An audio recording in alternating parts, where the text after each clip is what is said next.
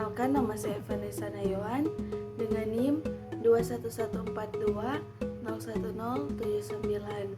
Saat ini saya akan membawakan materi tentang gagal jantung untuk memenuhi tugas ujian akhir semester mata kuliah keperawatan medikal bedah. Yang pertama, definisi. Gagal jantung dapat didefinisikan sebagai abnormal dari fungsi struktural jantung atau sebagai kegagalan jantung dalam mendistribusikan oksigen sesuai dengan yang dibutuhkan pada metabolisme jaringan meskipun tekanan pengisian normal atau adanya peningkatan tekanan pengisian. Selanjutnya, etiologi.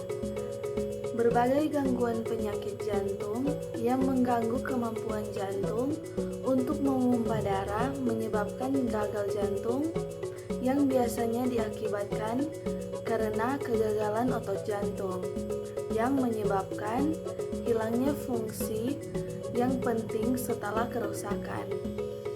Jantung, keadaan hemodinamis kronis yang menetap yang disebabkan karena tekanan atau volume overload yang menyebabkan hipertrofi dan dilatasi dari ruang jantung, dan kegagalan jantung dapat juga terjadi karena beberapa faktor eksternal yang menyebabkan keterbatasan dalam pengisian.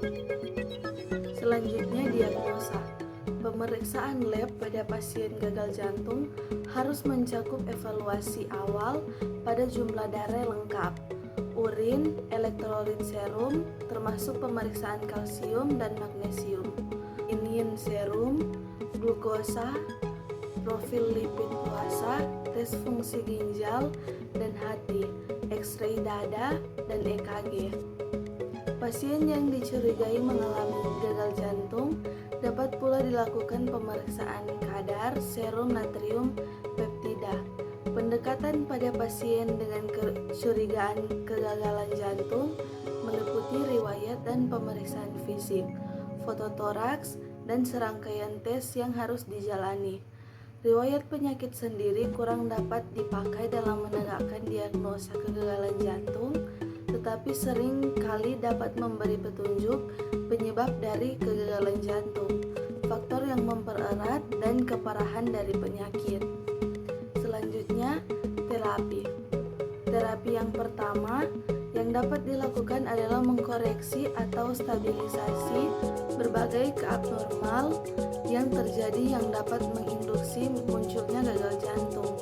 Yang kedua, terapi non-farmakologis dapat dilakukan dengan restriksi garam, penurunan berat badan, diet rendah garam dan rendah kolesterol, tidak merokok, dan olahraga.